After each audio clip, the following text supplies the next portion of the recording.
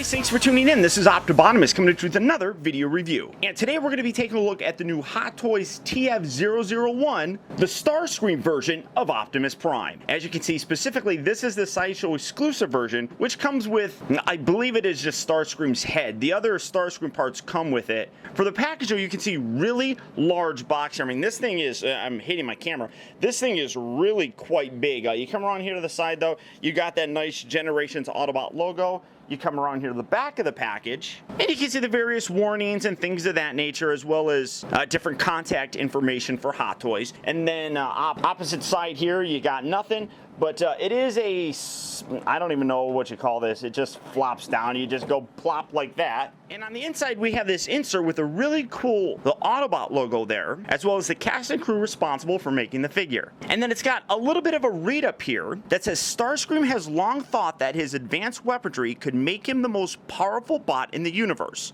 He was right. He just isn't around to find out. When Starscream suffers a crushing defeat at the hands of Optimus Prime, the Autobot leader takes the Decepticon Air Commander's weapons and wings. Decepticons, consider yourselves warned. With a pair of arm-mounted null-ray cannons and the power of flight, Optimus Prime has made himself the most powerful warrior in the universe. And then you just slide this section out right like so. And a lot of this package here on the inside is made up mostly of those Starscream parts. So you got his wings and everything over on this side, and that right there, that little small spot is where Optimus Prime goes. But for the packaging, that's about it. It's pretty basic, but it's still pretty decent looking. I really do like the art that they have for Optimus here. You got that nice red foil Autobot logo there, and then obviously the standard clamshell that protects the figure within. But beyond that, guys, that's about it for the packaging. So without further ado, let's get this guy out here and see how cool he actually is. Alright guys, so here we have Optimus Prime opened up and out of his packaging, and I'm really a lot more impressed with this than I thought I was going to be. Now, up first, as always, you really do want to make sure that you go through the instructions very thoroughly.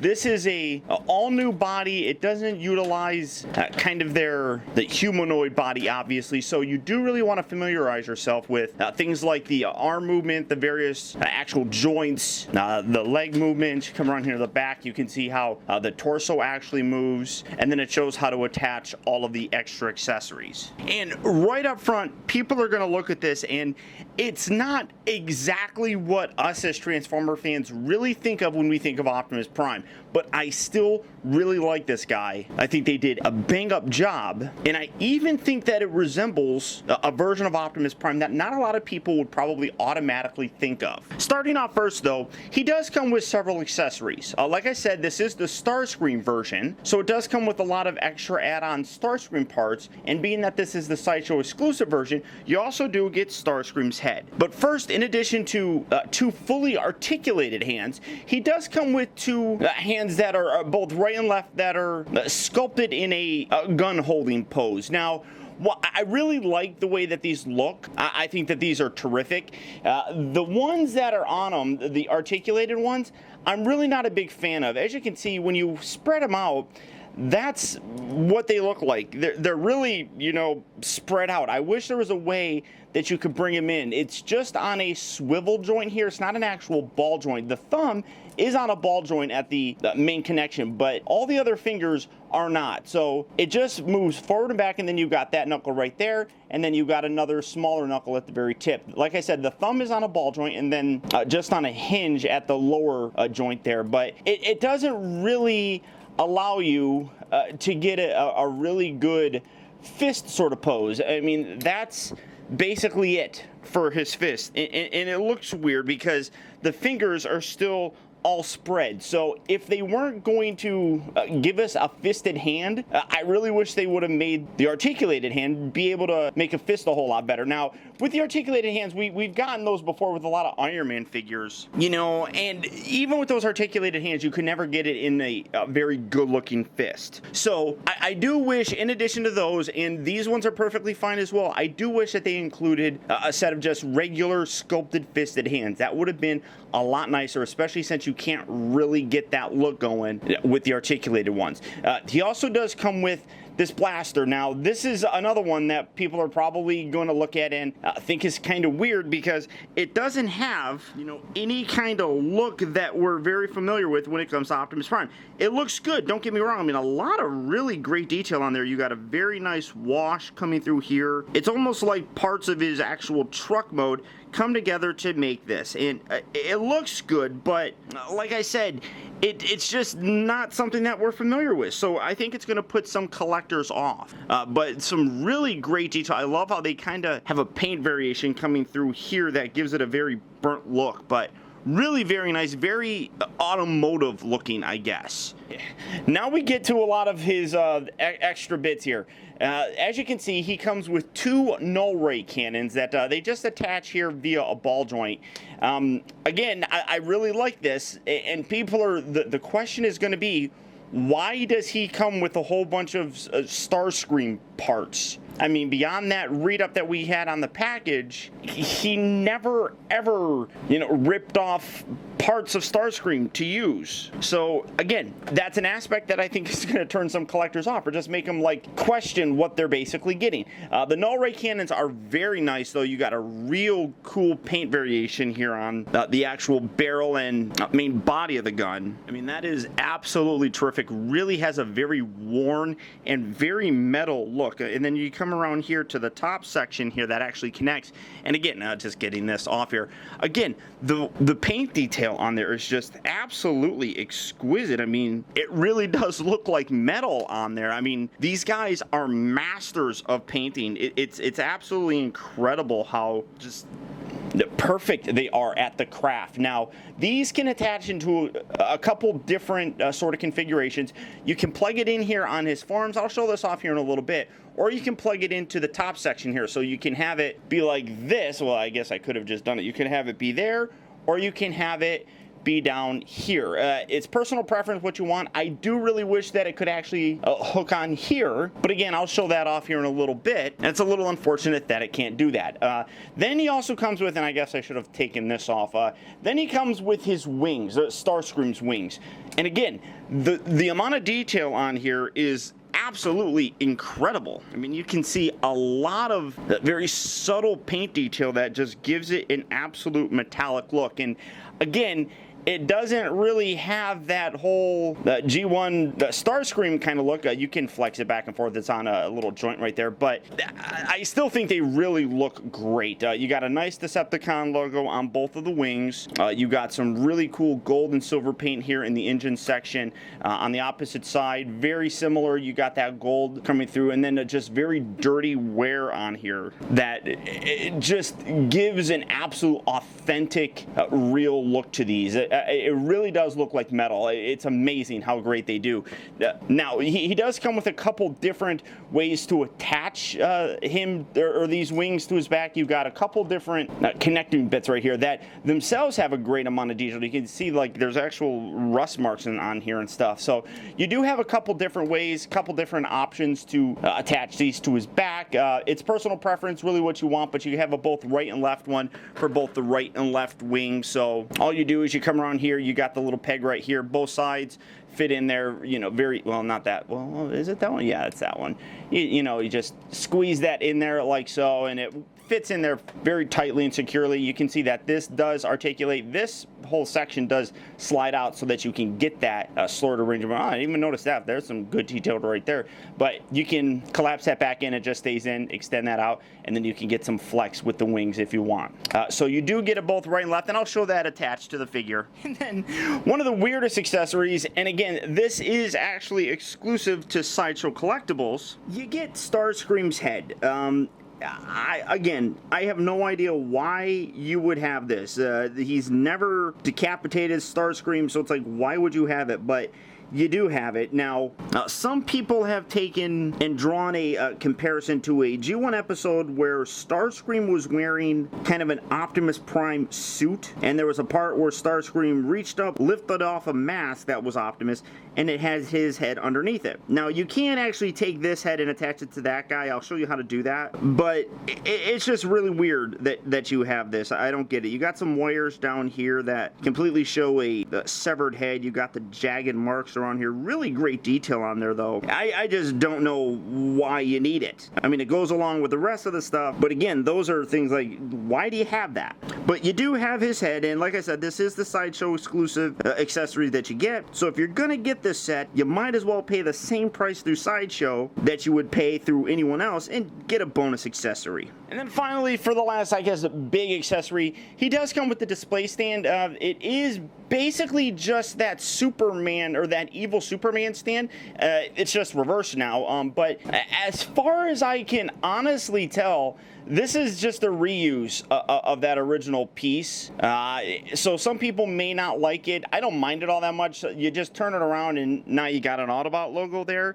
It is kind of hard to actually get him posed on this because his feet are very, flat, and this is a very rigid surface. So it's kind of weird, but like I said, I mean, that's basically the old front of it. They just kind of turned it around and made this whole back section. So while I don't have that evil Superman anymore to kind of compare it to, it does have a very similar feel, so I don't think that they changed much with it. If anything, they might have just changed the back section here by, I mean, obviously adding this, but the peg or the post thing used to be like here or something like that. So it's probably very similar, very minorly changed, but if you have that, that's basically what you have with this. Now, I guess you could say that you do have a couple other accessories. This back section here, this is probably going to weird people out because, again, why are these here? What are those for? Well, these can actually detach.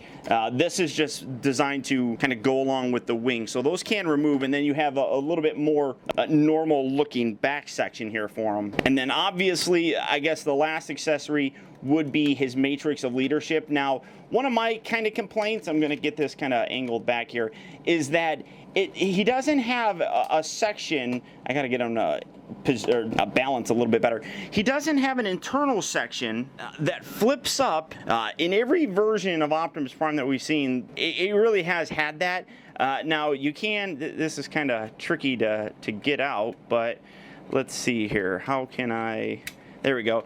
You can take it out. Now, one thing is, this does have a slightly different look that we're used to having with the Matrix, but one thing that I will say is that it does have a very similar look to the Matrix that we saw in Optimus Prime as he appeared in the Beast Wars series. If you remember, that Megatron discovered that the Ark was actually where they were, and it was while they were still that kind of in stasis lock. So he went there, he was going to destroy Optimus Prime and basically change history. This is kind of how the Matrix looked for that.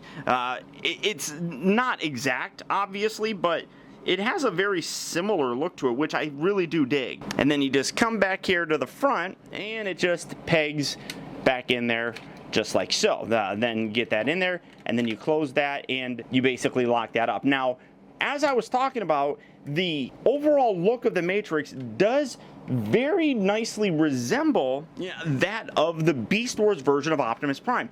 And honestly, that's how I see this guy. His has a very real sort of tone to him that really looks like that CGI in the Beast Wars cartoon. So while he doesn't necessarily look like, the G1 cartoon version of Optimus, I really do think that he has that feel from Beast Wars. Now, I know some of you are probably thinking that I'm crazy, but that's where I think the guy really does look pretty darn cool. I really do like him. Now, getting this out of the way, right up front, people are going to want to know, how does this guy scale with Masterpiece figures? So I'm going to set him here. I do have to fiddle with his legs a little bit, but setting him right there, and come on, legs.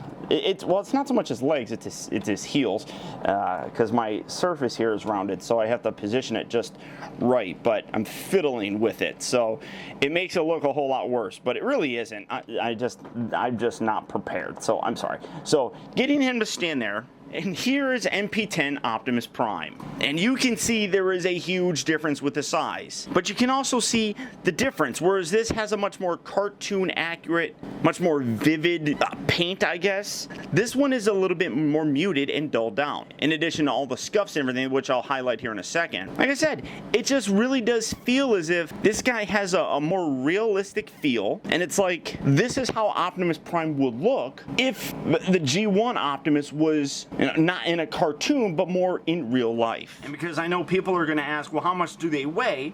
As you can see, MP10 weighs 427 grams. I'm using grams because I just figured it's probably easier for people to get an idea of weight instead of using poundage, since not everybody uses pounds. So 427, when you put the Hot Toys guy on there, you can see he weighs, ooh, so close, but 594 grams. So while this guy doesn't have any die cast, and he's obviously a bigger figure just in general, he is also a heavier figure, which obviously, since he is a bigger figure, it just makes sense that he would be heavier. Now, before I get into his articulation, I'm going to show you how to attach all of his accessories. Now, as I talked about, the null ray cannons can be attached on his shoulders, kind of facing forward, or down here on his actual forearms. Depending on what you want to actually do, to get him on his shoulders, first you need to come to the inside here, and there's this little rubber section that you do need to remove. It adds some extra thickness to this that actually allows it to grip onto the forearm pieces a little bit better. And then all you do is you put it right there. Now there is a bit of a magnet, well, not a bit of a magnet, there's an actual magnet in there that grabs down and kind of locks that into place. So there's that side. We're going to put this on as well. And I had that reversed around, and then you just go like that. And again, it's a weird look for him because we've never seen it, but I really don't think it looks all that bad. I think that it really adds a lot to the figure and actually kind of looks cool. Or if you want to, like I said, you can put this little rubber piece back in here. Make sure that you get it lined up properly. Did I put that on? Oh, no, I put that around the wrong way. Push this all the way in, just like so, then kind of rotate that around. Or actually, I'm sorry, you're going to want it with the extra section here facing the top. And then you just come around here, and it just slides in. Like I said, adding that little rubber piece gives a little bit of a friction to it. So now you can have it like this, or you can have it like that. As I talked about, I wish that you could actually position it here in a way where it's rotated around and like that. Now, because his smokestacks are there, you can't get it all the way on, and there's no magnet on there. So my personal preference would be using these up here, just because it gives a little bit more of that Starscream look. Now, you can take this, putting this on there, and that will thicken it up a little bit, but once you push it in there, it's a little bit too thick, and then you end up going like that, and it's actually bending the plastic, so I wouldn't recommend doing that. So just to give you kind of an idea of what that sort of entails. So you do have those for the display options of the null rays, and that just removes just like so. So basically that's what you have with those guns. Now again, for the wings, there's a couple different configuration purposes that you can use. First, I'm going to show the way that you could attach them with this particular back piece. You just line this up. This is going to be the back, so it's like so. You just take, let me find the correct one. You take this little guy. Like I said, you do have two of these. This one is if you want to use this. So you're going to bend this down, and this fits in just like so, and then you take this section and then you just wedge that in just like that. And again, getting that positioned properly, we're going to do the same thing on this side. So that's going to go there, and that's going to go there. So doing that without actually having it on the figure, I guess. So push that in, and then you just wedge that in just like so.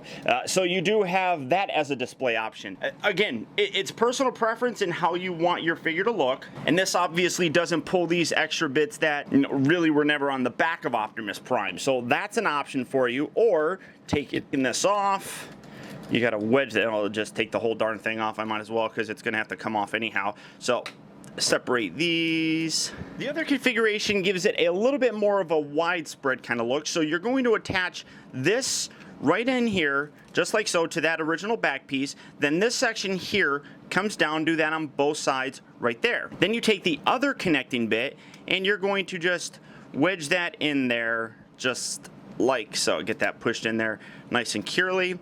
Do that on this side as well. There you go, just like so. And then angle these sections down. And then again, you peg these onto the wing segments like so.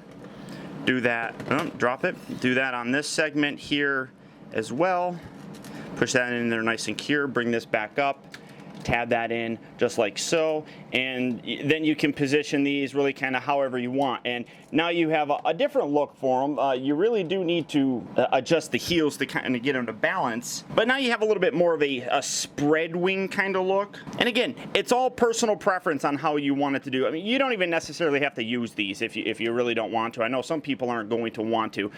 Like I showed you before, these can angle out, and then you can flap these back however you want. They also can rotate back here, move forward and back on the joints that are on the actual connectors. So again, all personal preference on what you like and what you may want your Hot Toys Optimus to kind of look like. Now, another feature about this that I forgot to mention is he does have a light up section. So you come around here, you remove that back piece, and you got the switch right there. Now, I really like how it actually lights up his eyes. So flipping the switch, you can see some really cool light effects there with the light, or with the eyes. Lights up very nicely and very blue. One thing that I don't particularly like though is, I don't know if you can kind of see it, that the Matrix, because there isn't a cover for it, now just completely bleeds through the windows. I mean, you can kind of see that it's a little bit of a shaded kind of window, but you can see the light coming through there, and that kind of bothers me. But you can see that's what you basically have for the light up feature. I do wish that it was on two separate things so that you could flip one switch, light up the Matrix, and flip another one and light up the actual eyes.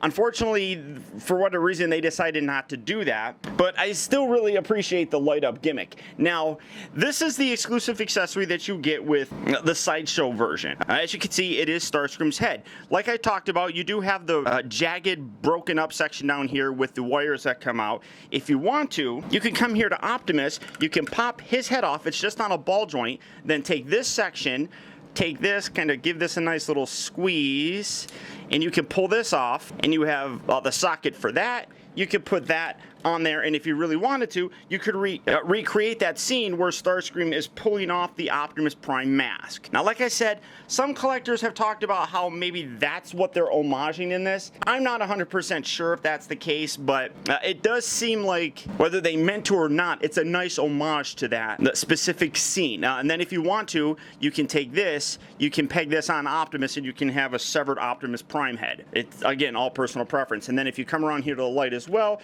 you can flip that, and you can see that Starscream's eyes light up a nice red. So it's a cool option. Like I said, I don't know specifically if that's what they meant for the actual homage of that, but in the actual promotional images and pre-order images that we all saw, they never bothered showing that. So to me, I don't really think that that's a display option that they really intended. But it's still there, and I think that it's really cool. Now, I want to highlight some of the details on here, because the paint on here is absolutely astonishing. You can see a great amount of wear all the way throughout this figure. Like I said, it gives it a very real tone to it, all the way down here to the abdomen section. You got some great rust marks and some wear, some nice scratches, a very kind of dirty silver on here. Coming all the way down here to the legs, you got some great wear, especially here in the actual feet.